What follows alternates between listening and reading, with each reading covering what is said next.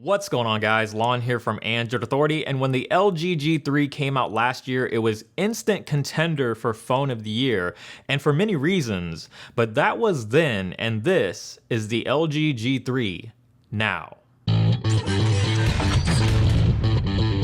Over the last couple of years, LG slowly rose from being somewhat of an underdog to a top-tier contender, and that became more apparent than ever with the release of the G3.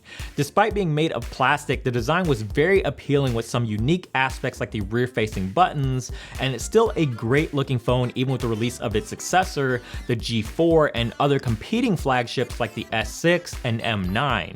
The back was also removable, which gave access to the SD card and a swappable battery, which is becoming somewhat of a rarity in 2015. The phone may not feel as high quality as a phone made out of metal or glass, but it's still very solidly constructed. The faux metal finish also made it feel and look nicer than most other phones made out of plastic and prevented it from being a fingerprint magnet. Now, depending on how careful you are with your device, it could be showing signs of wear and tear at this point, which mine certainly has, but that can be said about pretty much any phone really. The most eye-catching part about the G3's design were the super thin bezels on the sides and small top and bottom chin that not only made the phone even more attractive, but also a lot easier to use in one hand despite having a 5.5-inch display. Speaking of the display, this also turned a lot of heads because the G3 was the first smartphone in the United States to feature a Quad HD display, and during that time it appeared to be the best display on the market. However, as time went on and Quad HD screens became more common, it was pretty clear that the G3's QHD screen wasn't quite ready for prime time. That's not to say that the G3's display is terrible because it still packs a ton of sharpness and resolution, but in comparison to the competition that followed, it lacked color and brightness and didn't really live up to the hype that it had when it first hit the market. As you'd expect with a flagship device, the G3 shipped with the most powerful processor at the time, which was the Snapdragon 801 and 3GB of RAM. General performance was pretty good, but it suffered from overheating issues if the phone was pushed too hard or having the screen at max brightness, which caused the phone to slow itself down in order to stay cool. Now that the phone has gone through several updates, including being updated to Lollipop, that problem doesn't seem to persist anymore, but there still is the occasional stutter and drop frames in even the most simple tasks like swiping down the notification shade.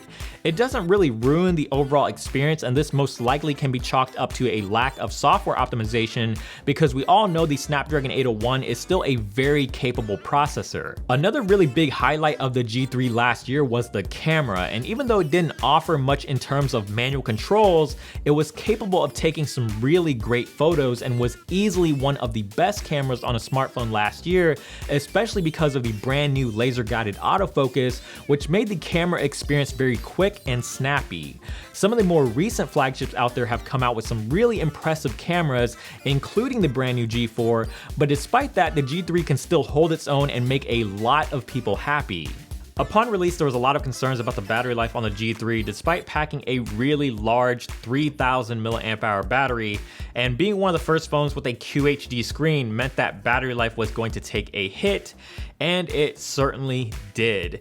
Now, that's not to say that the battery life on the G3 is terrible. It basically just sort of leveled out to being average battery life, and that still pretty much holds true to this day.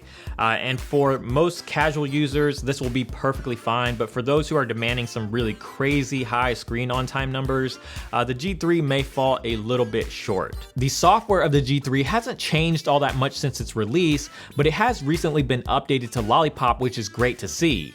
Some of the material design aspects of Lollipop have made its way over to the GUI, like the notification panel and the overview screen, but for the most part, it's still the same experience as it was on KitKat. Depending on who you are, you may love it or you may hate it, but there's no denying that the GUI feels bloated. Despite some really useful features like knock on, knock code, and dual window, LG's software design still pales in comparison to the rest of the competition. It's certainly usable, don't get me wrong, but for those who want a more streamlined experience, you won't really get that with the G3. All in all, the G3 is still a very solid phone, and it's aged pretty well over the course of the last year, and LG keeping it updated certainly helps. Even though the G4 is getting ready to hit the market and fixes a lot of the weaknesses of the G3, it obviously isn't going to come without the flagship price.